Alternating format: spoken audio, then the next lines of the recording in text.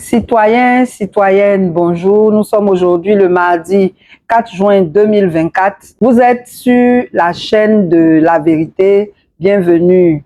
Et ceux qui ne nous connaissent pas, nous sommes Alternative Citoyenne Ivoirienne, une plateforme de la société civile qui se fait fort de mettre au grand jour les injustices que subissent nos concitoyens. Voilà, nous sommes en direct d'Abidjan.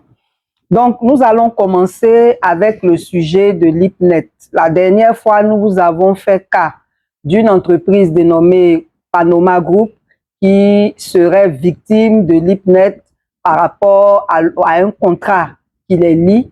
Et hier, l'IPNET nous a fait le plaisir de nous recevoir. Nous voulons donc dire merci au ministre de l'Enseignement technique qui a permis que cette rencontre se fasse. Merci à la directrice générale de l'IPNET.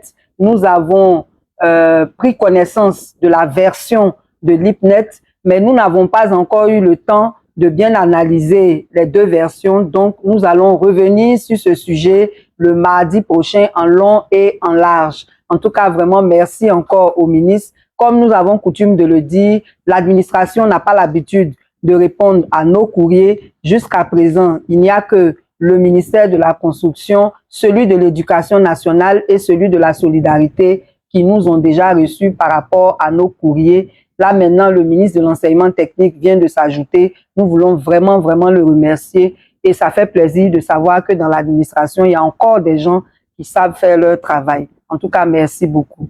Voilà. Donc, nous allons poursuivre avec le problème des retraités de la fonction publique. Nous vous prions de partager et de mettre les cœurs. Nous avons été saisis par certains retraités de la fonction publique qui se plaignent du fait qu'ils n'arrivent pas à bénéficier de l'assurance Ivoire Santé après leur retraite.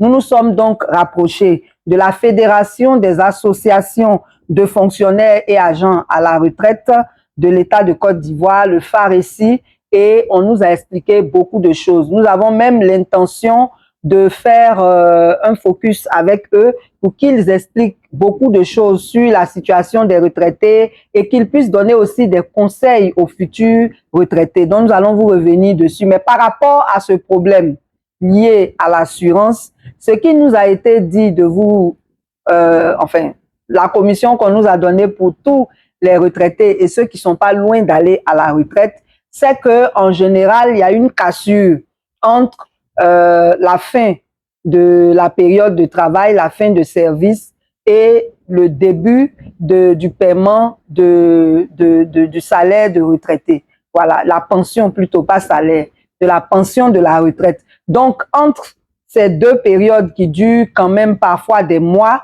rien n'est reversé à l'assurance. Du coup, elle aussi, elle coupe. Voilà. Donc, il est conseillé à tous ceux qui ne sont pas loin de la retraite de prendre leurs dispositions pour continuer à payer eux-mêmes directement leurs cotisations pour bénéficier de l'assurance santé en attendant de disposer de leur pension sur laquelle le prélèvement pourra se poursuivre. Voilà.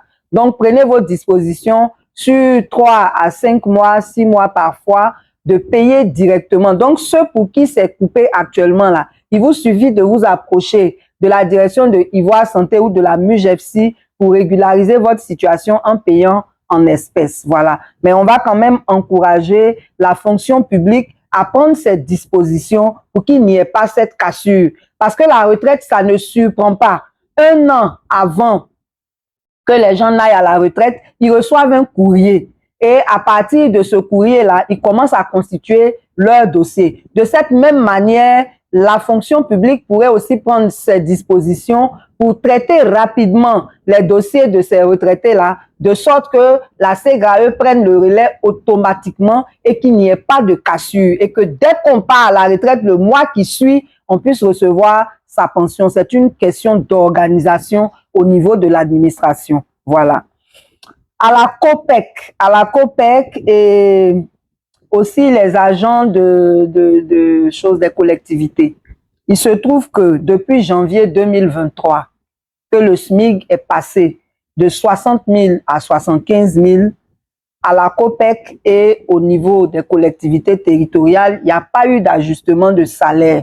Alors que quand le SMIC change, il y a forcément un taux qui est appliqué au salaire selon les secteurs d'activité. Il y a un barème qui est fait pour que selon les secteurs d'activité, un pourcentage d'augmentation de salaire se fasse. Et au niveau du secteur bancaire, il était de 18%. Jusqu'aujourd'hui où nous vous parlons, depuis janvier 2023, les agents de la COPEC n'ont rien reçu, de même que les agents des collectivités territoriales. C'est le même problème pour plusieurs entreprises de sécurité qui n'appliquent pas le SMIC. Voilà. Il y a 2 semaines, des lavages des commerces ont été détruits au Dokuy. On vous l'a dit, le rythme a baissé, mais les casses se poursuivent à le district d'Abidjan dans les mêmes conditions, c'est-à-dire sans recenser au préalable les personnes à déguerpir et sans aucune mesure d'accompagnement. Donc, il y a 2 semaines, des lavages et des commerces ont été détruits au Dokuy, mais ce 1er juin 2024, le samedi, il y a eu un affrontement entre les forces de l'ordre et les populations de Port-Boué abattoir pour les mêmes raisons. Il y a eu un déguerpissement là-bas. D'après ce que nous avons appris, il y a un site qui a été choisi pour déplacer tous les marchands de bétail là-bas. Voilà. Et donc, ce samedi-là, c'est ceux qui vendent les moutons et les cabris qui étaient concernés. Et suite à l'affrontement, finalement, la même nuit, des destructions ont été faites à partir de 22 h au niveau de l'abattoir. Les forces de l'ordre étaient là-bas avec les équipes du district pour détruire tout le quartier. On nous a dit jusqu'au cimetière. On aura le temps d'aller constater. Mais une chose est sûre, c'est que le district semble être en guerre avec les populations. Parce que depuis le cas du marché Djekonan le 4 janvier au plateau, ça s'est poursuivi. Vous avez vu les cas de Gesco, de Banco 1, de Boribana, tous ces cas de destruction. Il y a plus de 15 sites aujourd'hui qui sont concernés par ces déguerpissements abusifs.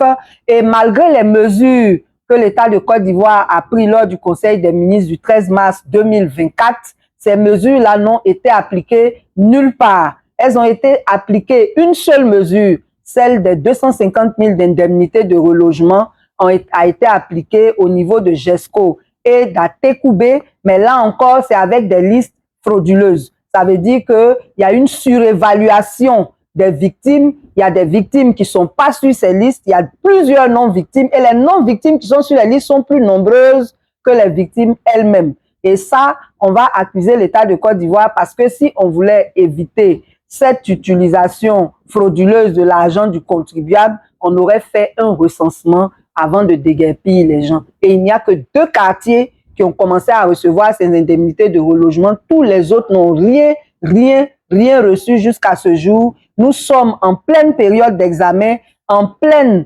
période de saison pluvieuse et beaucoup de ménages sont jetés ainsi dehors. C'est pour cela que nous disons que nous avons l'impression que le district est en guerre contre les populations et c'est vraiment dommage. Le CNDH a produit un communiqué qui n'a pas été respecté. Il y a eu beaucoup d'interpellations qui n'ont pas été respectées et nous disons que ce n'est pas comme ça qu'on fait le développement. Même le site de recasement des vendeurs de bétail là. Quand vous voyez les images de ce site en cette saison pluvieuse, c'est catastrophique. On prétend que c'est pour des questions d'insalubrité de l'abattoir qu'on veut déplacer ces vendeurs de bétail, mais le site même où on les envoie là, c'est l'insalubrité encore qui est là-bas. Ça n'a pas été suffisamment aménagé pour éviter qu'en cette saison de pluvieuse, ce soit un nid de moustiques. C'est vraiment la boue, c'est vraiment très désagréable là-bas et il n'y a pas vraiment de différence entre ce qu'on voulait combattre à l'abattoir et ce qui prévaut là-bas. Maintenant, est-ce que les vendeurs de bétail ont été suffisamment informés? Est-ce que des accords ont été trouvés? Un calendrier de déplacement a été arrêté? C'est à toutes ces questions que nous allons répondre dans les prochaines éditions en attendant de rencontrer les responsables de ces commerçants-là pour comprendre réellement comment les choses se sont passées pour qu'on en arrive à un affrontement. Cela dit, nous n'encourageons pas tous les actes d'incivisme. Casser les bus, brûler les machines, c'est pas ça qui a d'ailleurs empêché que après on prenne encore d'autres machines pour venir détruire. Déjà, nous, on se plaint que les bus ne sont pas suffisants. Donc, si on est en colère et qu'on s'en prend au bus, on s'en prend à nous-mêmes parce que déjà, c'est pas suffisant. Et si on doit réduire le nombre de bus en les vandalisant, c'est vraiment dommage. Donc, il faut que les populations, malgré leur colère, sachent qu'il ne faut pas s'en prendre au bien public. Voilà. Donc, vraiment, on veut encore une fois interpeller le district et désapprouver cette façon de déguerpir de façon sauvage les populations en les jetant à la rue. Par rapport à Port-Boué, si vous vous souvenez bien, le 2 juillet 2018, en pleine composition du bac, on avait rasé une partie du quartier abattoir et ça a fait vraiment beaucoup de dégâts. Des 6000 personnes qui étaient dehors, plusieurs familles qui ont été ainsi mises dehors, des personnes qui n'ont pas pu composer pour le bac, vous les avez vues au cimetière et c'est encore ce même district qui agit encore dans cette période d'examen-là. C'est vraiment dommage, c'est vraiment dommage et nous voulons vraiment dire Yako à toutes ces populations. On va poursuivre avec l'eau potable. La dernière fois, nous vous parlions de Divo, nous vous parlions de Bétier, d'autres villes de Kotobi où l'eau n'est pas potable, l'eau que la SODECI sert est sale, n'est pas propre, n'est pas consommable. Et malgré cela, les gens ont des factures. Donc, à Bongouanou, la même situation a été décriée. À San Pedro, il paraît qu'il y a des quartiers même qui font 1 an sans être desservis en eau. Et donc, à Bongouanou, on nous signale la même chose. Mais en plus de cela, il paraîtrait qu'au CHR de Bongouanou, les chambres d'hospitalisation sont surchargées, elles sont mal éclairées, les toilettes sont non fonctionnelles et la cour même est dans le noir. Donc, les parents des malades sont exposés aux serpents et aux scorpions. En tout cas, ça ne va pas là-bas. Pour l'eau, toujours pour l'eau, à Daoukro, il y a un quartier qui s'appelle 120 logements extension. On nous dit que ça fait 5 ans que les gens n'ont pas d'eau là-bas. Malgré cela, la SODECI leur sert des factures pour soi-disant entretenir. Bon, franchement, vous entretenez des installations qui ne servent pas aux populations. Donc, ce n'est pas aux populations de payer pour ça. C'est vous qui entretenez vos propres installations pour vous-même, voilà, pour vos besoins ou pour les nécessités de maintenir votre équipement. Mais à partir du moment où ça ne sert pas aux populations, c'est pas juste que ce soit eux qui payent les frais d'entretien d'installation qui ne leur servent pas. Vraiment, c'est pas normal. Voilà, c'est pas normal. À Gaumont aussi, on nous signale que ça fait 1 an que les gens n'ont pas d'eau. En tout cas, Yako à toutes ces populations, ils ont coupé courant. Oh, il fait chaud. Ah. Même quand il y a courant, on transpire. C'est pas maintenant qu'il n'y a pas courant là, on a chose. Voilà. Donc, on continue. On continue avec les surcharges de taxis à Yamoussoukro. Il y a un habitant de la ville de Yamoussoukro qui nous a envoyé ce message pour dire que les taxis de Yamoussoukro sont surchargés. On prend 3 personnes derrière, 4 personnes devant, au vu et au su des forces de l'ordre qui ne réagissent pas, pourvu qu'ils aient leur agent de raquette. Alors que ces situations-là créent des accidents. Et ces accidents sont, les populations qui subissent ces accidents-là n'ont pas de dédommagement ni d'indemnisation en face parce que souvent ces taxis-là n'ont même pas de papier, ils n'ont pas d'assurance. Donc vraiment, ce citoyen voulait dénoncer cette situation. Voilà. Cherté de la vie, on parlait des factures de SODECI tout à l'heure. Il y a quelqu'un qui nous a dit que sa facture était de 7 429 francs. Il a finalement reçu une facture de 66 000. De 7 000 francs à 66 000 quand même. Ça là vraiment, c'est une augmentation, je ne sais pas à combien de pourcents. Vous qui savez faire les calculs, faites-le. Mais il n'y a pas que la CIE qui nous maltraite. Pour la CIE, là, on a déjà parlé de ça quand on est fatigué. C'est-à-dire que chacun a son taux d'augmentation. Il y en a, ça va de 30 à 150%. Et puis, on est dedans.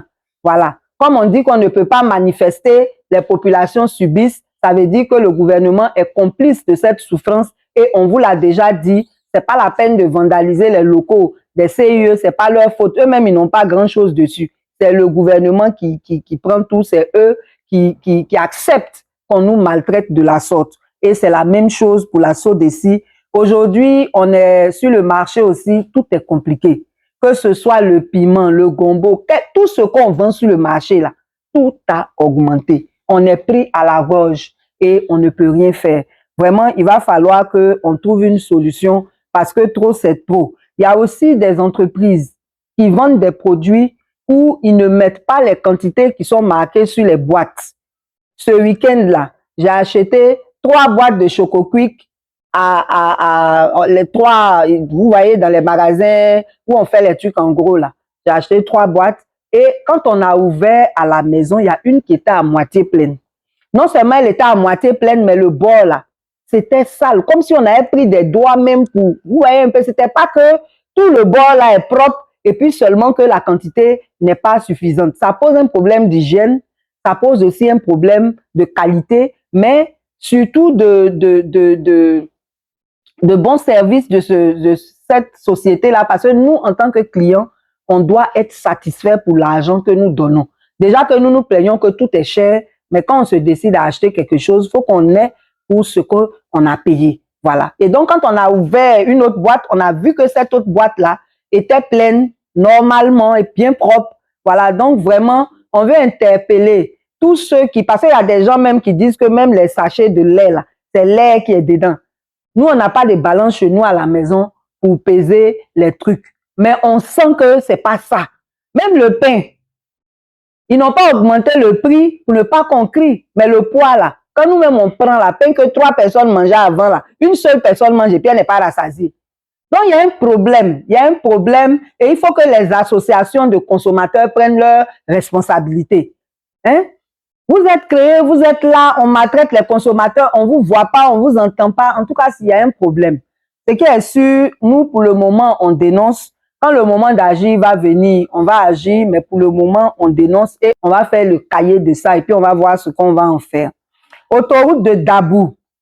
Avant de parler de l'autoroute de Dabou, par rapport à la cherté de la vie, il y a cette affaire de caution là aussi qui mérite d'être relevée.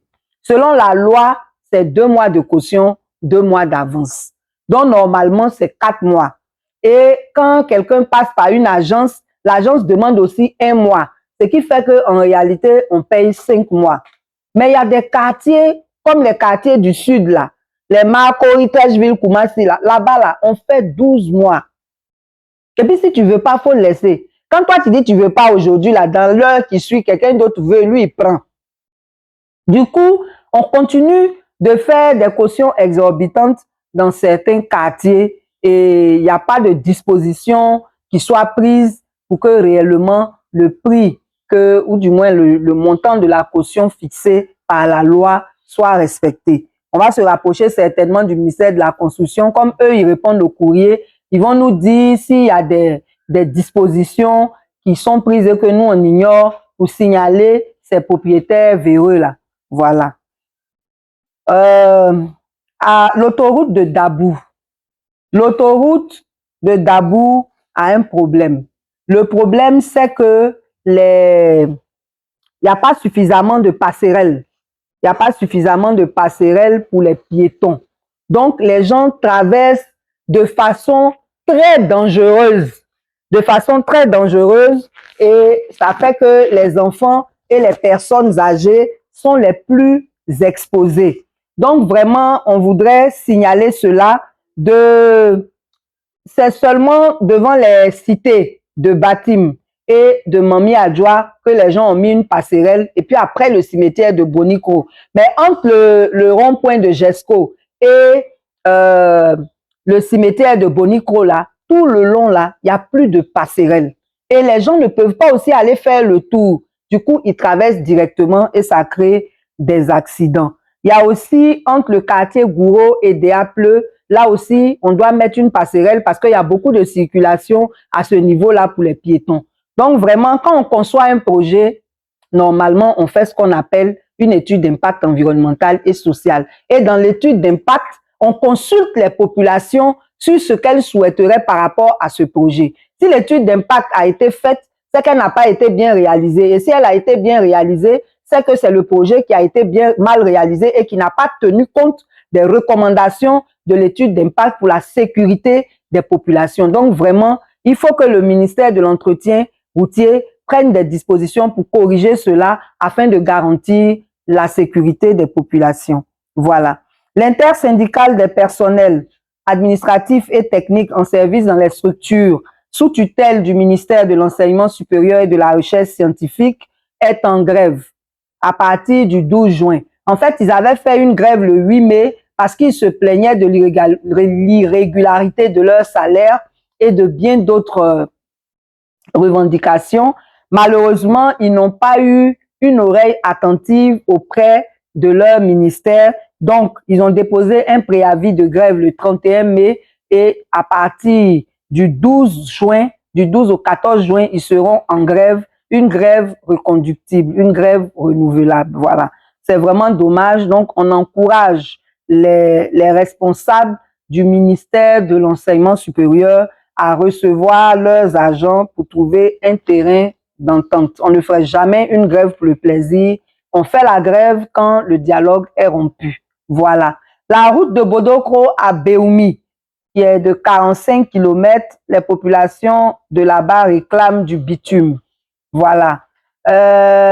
Les CNI, vous savez qu'on est en période préélectorale et bientôt, à partir du 15 juillet, c'est pas encore officiel, mais à partir du 15 juillet, il devrait y avoir la révision de la liste électorale. Et c'est avec la carte d'identité qu'on s'en va s'inscrire sur la liste électorale.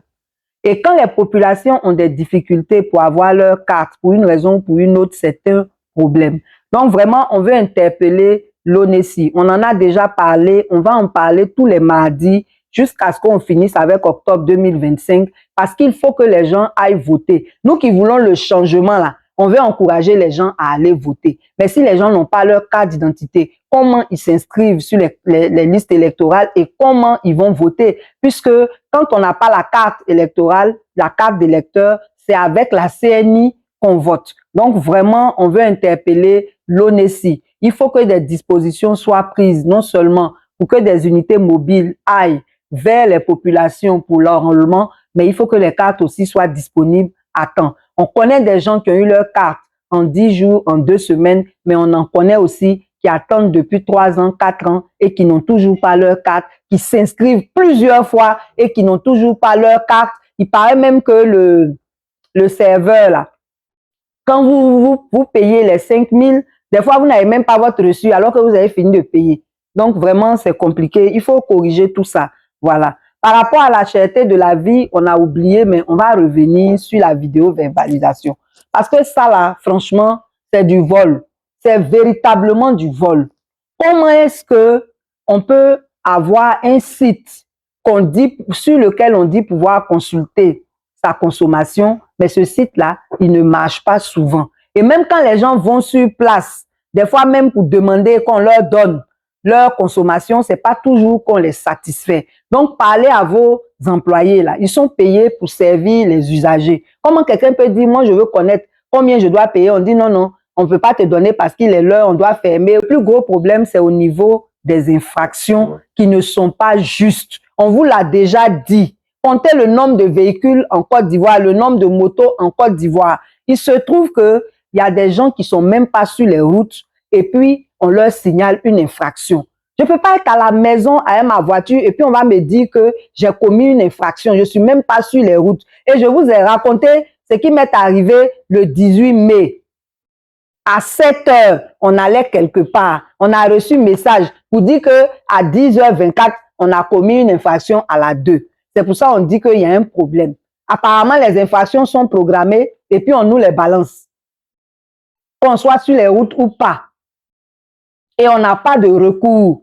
Donc ça là, on va écrire au ministère du Transport, on espère qu'ils vont nous répondre, mais vraiment les gens se plaignent trop. Il faut qu'on trouve une solution pour corriger tout ça, c'est pas sérieux. Si on veut nous donner des factures pour fréquenter les routes, je veux dire, c'est une autorisation de circuler, on le dit carrément, on fait des forfaits selon le type de véhicule On n'a pas le choix, on va payer. C'est ce que vous nous faites toujours. Vous nous avez imposé les péages, vous nous imposez ce que vous voulez, mais au moins, ça n'a qu'à être franc, ça n'a qu'à être clair. Il ne faut pas qu'on mente qu'on a commis des infractions alors que c'est faux. Et ça, c'est pas bien. Le système est défaillant, il faut le corriger. Voilà.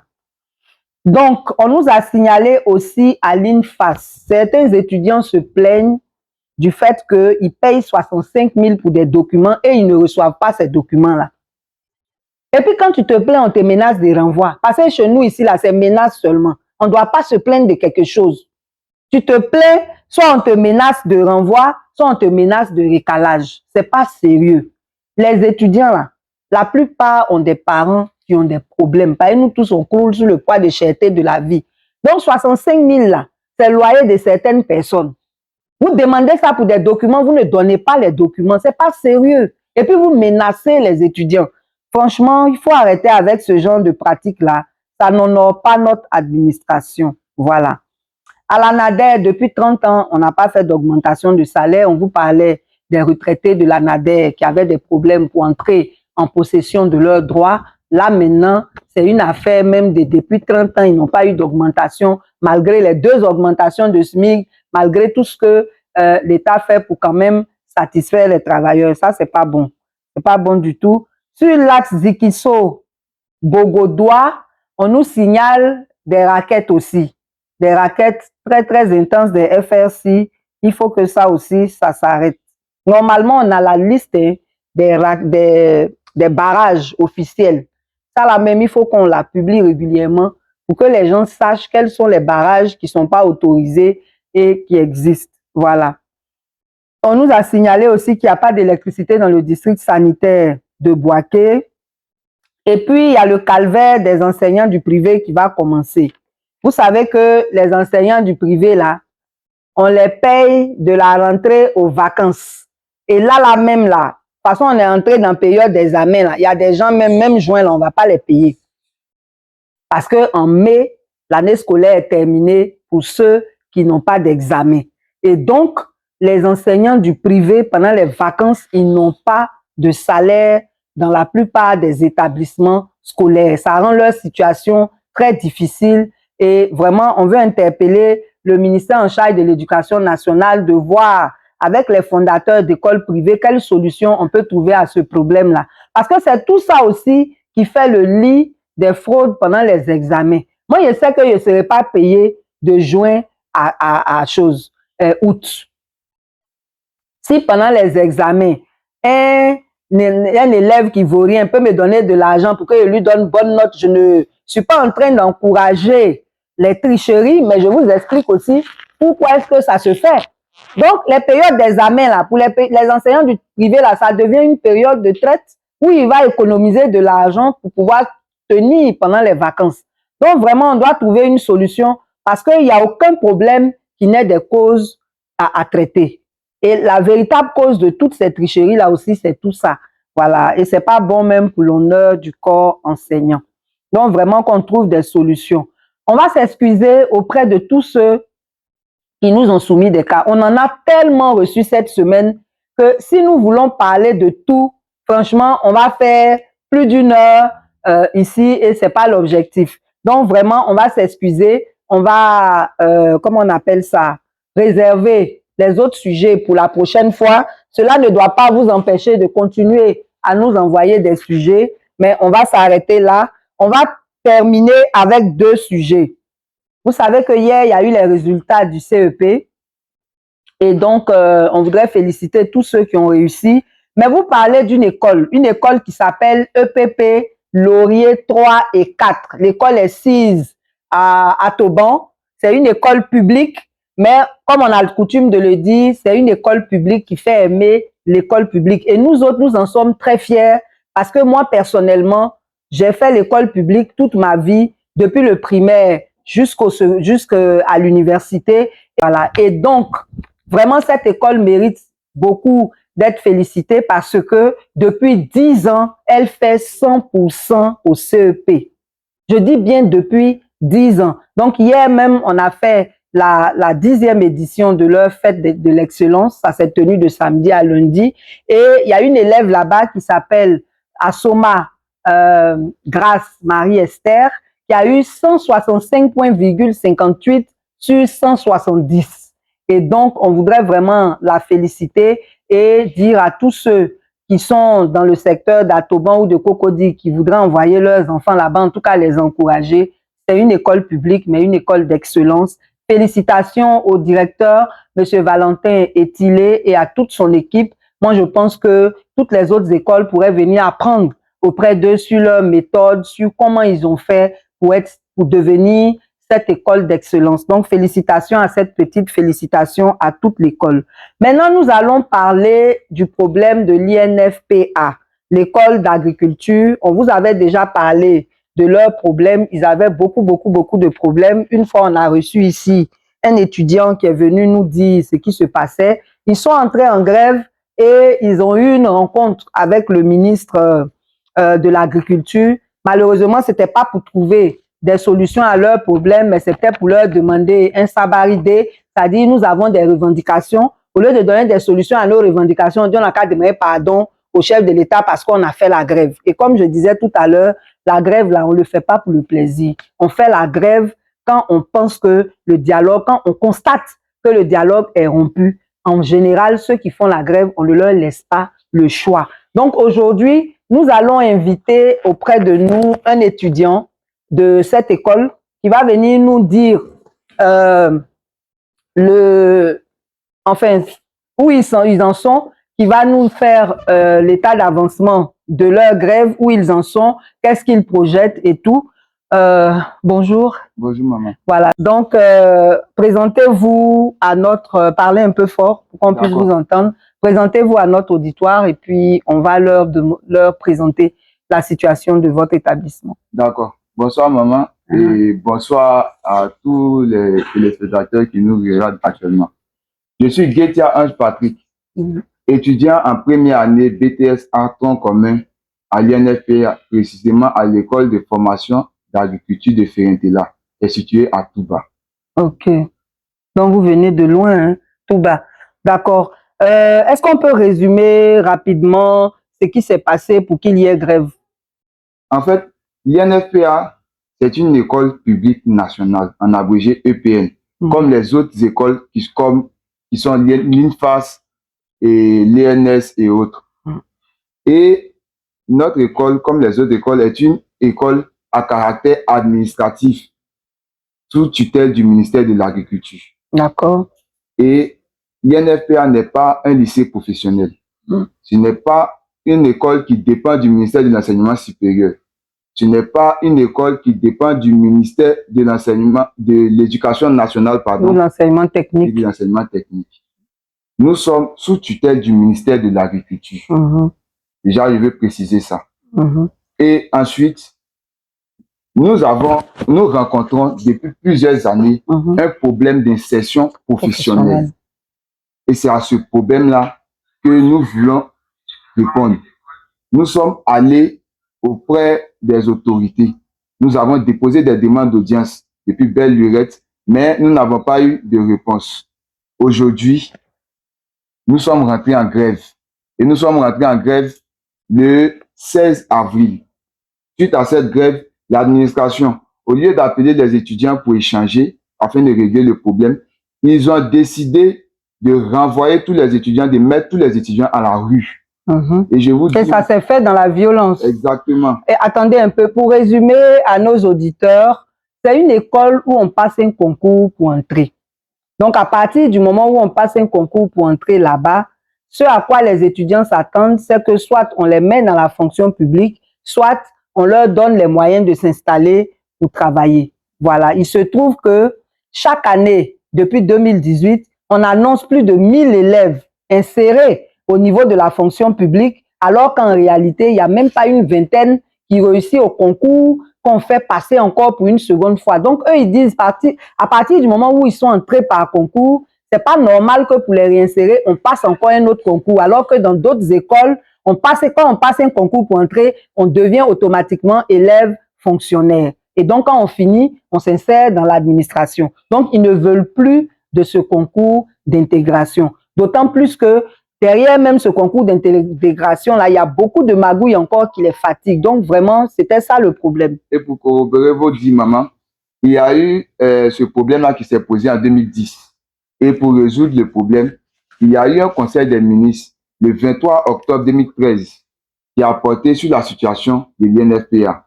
Et comme résolution, le conseil des ministres a décidé que l'INFPA recrute en fonction des besoins de la fonction publique. Pardon, voilà. Pour être sûr que les gens seront insérés après. Justement. Et en fonction des partenariats qu'ils auront fait avec les entreprises privées, pour ne pas qu'à la fin de la formation, les gens partent à la rue. Et comme dernière résolution, ils ont décidé de supprimer la partie eau et forêt qui était à l'INFPA. Et la question que nous on se pose, quand on fait nos revendications et on met ce communiqué de conférence de presse, il y a certains membres de la direction ou du ministère qui nous demandent pardon, où est le décret qui est sorti de là. Nous on dit, on cherche le décret, on n'a pas encore trouvé. Mais le décret, on ne l'a pas encore trouvé, alors qu'il y a des choses, il y a des décisions qui ont été prises au cours de cette réunion-là, qui ont été appliquées. Par exemple, le retrait de l'école des eaux et forêts de l'INFPA. Pourquoi est-ce que ça a été fait? Alors qu'il n'y a pas de décret. Voilà. Donc, il y a un réel problème qui se situe là. Il y a un réel problème qui se situe là. Et quand on fait nos revendications, on a en retour des menaces, des intimidations. Mais maman, vous ne pouvez pas imaginer. Aujourd'hui même, il y a certains qui ont appelé notre président, ancien secrétaire à la communication. Ils l'ont appelé pour le menacer, pour lui demander de laisser tomber, sinon il risquait la prison. Et j'en appelle à tout le monde pour dire, nous recevons des menaces et nous allons aller devant des tribunaux internationaux pour régler ces histoires-là. Est-ce que vous avez pu récupérer vos affaires à l'internat jusqu'à aujourd'hui? Bon, concernant les affaires, en cours de négociation, nous avons demandé à l'administration de nous ouvrir les portes afin de pouvoir récupérer nos affaires. Mais après beaucoup plus de réflexion, nous avons compris que la manière dont nous avons été chassés de force, si on va récupérer nos affaires et qu'il y a des choses qui ont disparu, qui va rembourser? Personne. Donc, nous, on a demandé à ce qu'il y ait des huissiers de justice ou un huissier de justice et la police afin de pouvoir superviser ça. C'est ça. Ce que l'administration a refusé. Et ils ont donné un délai sous prétexte que si nous, on ne vient pas prendre, ils vont mettre nos bagages à la rue. Et ce délai-là, c'était le 27 et le 28 mai. Ok. D'accord. Mais maintenant, où vous en êtes? Ok. Nous sommes allés déjà à la rencontre avec le ministre de l'Agriculture, le ministre Kobena Kwasi Adjumani. Et à cette rencontre, nous avons vraiment, en tant que fils qui parlaient à leur père, nous avons dit, papa, nous venons vous parler, vous demander notre insertion professionnelle. Papa, si on finit l'INFPA, où est-ce qu'on va? C'est de cette question-là qu'il s'agit. Le ministre, moi, j'ai été un peu déçu parce que au lieu de trouver des solutions, le ministre n'a fait que nous intimider, nous lancer des menaces. Il a dit que lui, il a la photo et les vidéos enregistrées. Il a les noms de tous les étudiants qui ont fait la grève et qu'il est capable de mettre les noms et mettre la photo des étudiants là sur blacklist de tous les concours de Côte d'Ivoire. C'est-à-dire que lui, selon lui, la solution à trouver, c'est de nous mettre sur une liste noire où nous ne pouvons plus passer le concours en Côte d'Ivoire, ce que nous jugeons illégitime. Ensuite, nous lui avons dit, papa, nous nous excusons de tout ce qui s'est passé. Et le ministre encore, il a réitéré certains propos en disant que c'est lui qui avait ordonné aux forces de l'ordre de venir nous déguerpir de force à Bégerville. Et vous avez vu ce qui s'est passé. Donc, maman, aujourd'hui, en cette date du mardi 4 mai, je vous dis, aucune solution n'a été trouvée. Mais l'administration est en train de tenter un coup de force en menaçant les parents, en menaçant certains étudiants pour reprendre les cours. Et ils se disent, si on reprend, la grève sera annulée. C'est vrai, quand on va partir, ça sera à nos risques et périls parce que s'ils ont renvoyé des étudiants, personne ne sera au courant, personne ne pourra revendiquer, pardon, et nous serons jetés à la rue. Donc, c'est ce que nous sommes venus dénoncer, maman. Ok. En tout cas, vraiment, Yako, à vous. Yako, on espère que l'administration va se ressaisir pour chercher des solutions plutôt que de menacer. Les solutions aux problèmes ne sont pas dans les menaces. On doit s'écouter, se comprendre et trouver des solutions. Donc, on espère que la direction de l'INFPA et le ministre de l'Agriculture vont revenir à de meilleurs sentiments pour trouver des solutions pour tous ces jeunes. En tout cas, vraiment, Yako, à vous. Et puis, on garde le contact. Vraiment, bon courage. Voilà. Moi, j'aimerais ajouter un mot de... Oui. Déjà, j'appelle à tous les étudiants qui ont cédé aux menaces et aux intimidations de la direction ou du ministère, ou encore des parents. Je vous appelle, les frères, on a commencé quelque chose ensemble. Il faut qu'on termine. Actuellement, l'administration est en train de jouer ses dernières cartes. Les frères, le mot d'ordre de grève est encore maintenu. Ne mettez pas vos amis dans des situations ambiguës en reprenant à l'appel de ces menaces.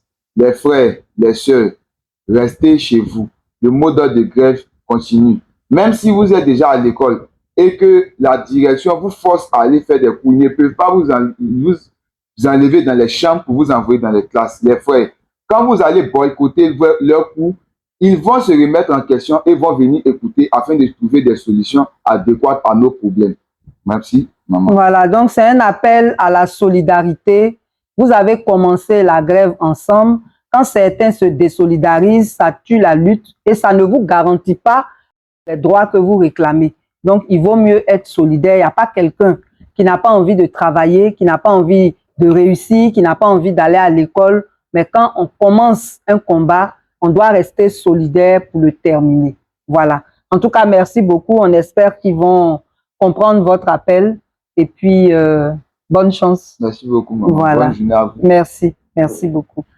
Ok, nous allons terminer notre direct en donnant rapidement les annonces de nos activités de ACI. Voilà. Dans l'ordre chronologique, le 22 juin prochain, nous organisons une journée de consultation populaire. On a déjà expliqué l'esprit de cette journée, mais on va le répéter. Il s'agit pour nous, en tant que société civile, de réunir tous les partis politiques, toutes les organisations de la société civile autour de la Côte d'Ivoire pour faire des propositions sur les conditions de chacun pour qu'il y ait des élections apaisées et transparentes en 2025.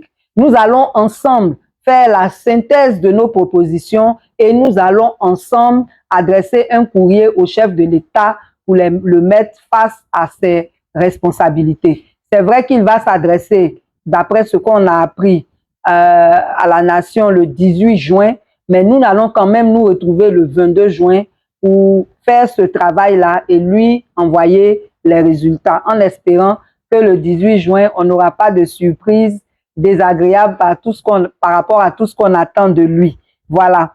Le 29 juin aussi, nous allons faire une journée avec les enfants de la rue de dons de vêtements chauds. Vous savez que la saison pluvieuse a commencé. On va aller vers ces enfants-là, leur donner des vêtements chauds, un peu à manger, quelques soins médicaux. Et donc, si des personnes veulent participer à cette activité-là, si vous avez des vêtements chauds chez vous que vous n'utilisez plus ou bien que vous en avez trop, donnez-nous un peu, on va donner à ces enfants-là. C'est Dieu qui vous le rendra. Ceux qui veulent aussi participer financièrement par rapport au repas qu'on veut leur offrir et aux soins, vous êtes les bienvenus. On vous donne toujours le même numéro, le 05 46 78 55 19. Vous appelez et puis nous allons aller vers vous, ou bien vous allez venir vers nous pour faire vos dons. Voilà. Le 6 juillet, nous aurons une importante rencontre des membres de ACI. Voilà, tous ceux qui vont être déployés sur le terrain la mi-juillet pour pouvoir sensibiliser les populations. Nous aurons une grande séance de formation. Mais avant cette grande séance de formation, nous allons avoir aussi une réunion avec tous les membres de ACI ou bien tous ceux de la société civile qui souhaitent aux prochaines législatives se présenter sous la bannière de ACI. Nous vous avons dit, nos députés ne font pas le travail comme il se doit. Il n'y a que l'honorable Assalé Timoko qui donne l'exemple. Donc, nous avons décidé depuis le 19 août 2023 que nous aurons notre groupe parlementaire aux prochaines législatives. Donc, tous ceux qui sont sérieux, qui sont indépendants, qui veulent se présenter sous la bannière de ACI, le 6 juillet, on aura une rencontre. Donc, préparez-vous. Le lieu de la rencontre vous sera précisé d'ici la fin de ce mois de juin, mais ça se fera à Abidjan. Donc, prenez vos dispositions et contactez-nous. Ceux qui sont intéressés, contactez-nous au même numéro, le 05 46 78 55 19, pour vous faire enregistrer. On aura un entretien pour voir réellement si vous avez des chances ou pas, et puis voir comment on peut faire le travail ensemble. Voilà. Toujours, pour adhérer à ACI, le numéro aussi est le même, c'est le 07 48 59 2 fois 67, 2 fois 59 67, 07 48 2 fois 59 67, et le camarade va vous recevoir pour vous donner les conditions d'adhésion et vous inscrire dans le groupe aussi de votre commune de résidence. Pour l'implantation, c'est pareil. Vous appelez notre responsable de l'implantation au 05 02 07 86 00. Nous sommes déjà dans une cinquantaine de communes. On veut couvrir toutes les communes d'ici la fin de l'année, les 201 communes de Côte d'Ivoire. Et donc, les communes où nous ne sommes pas représentés, ceux qui veulent nous représenter là-bas, vous appelez au 05 02 07 86 00. Pour les dons de tout genre, ça peut être des dons à la présidente, des dons à ACI, des dons pour nos déguerpis, des dons pour les enfants de la rue, c'est le même numéro, 05 46 78 55 19. Nous remercions tous ceux qui nous aident. Vraiment, c'est Dieu seul qui vous le rendra. Merci, merci infiniment. Nous avons besoin de sonomobiles pour les tournées que nous prévoyons de faire. Nous avons besoin de téléphones portables de bonne résolution. Là où je vous parle, il ne me reste qu'un seul téléphone. Mon technicien n'a qu'un seul téléphone, ça ne suffit pas. C'est vrai qu'on a des caméras, mais il y a beaucoup de choses qu'on fait aussi avec les téléphones. On en a encore besoin, les sonomobiles et tout ce qui est matériel de communication. Donc vraiment, merci à tous ceux qui nous aident. Que Dieu vous bénisse. Excellente semaine à tous et rendez-vous le 11 juin prochain pour un autre numéro des Mardis de Pulchérie Ballet.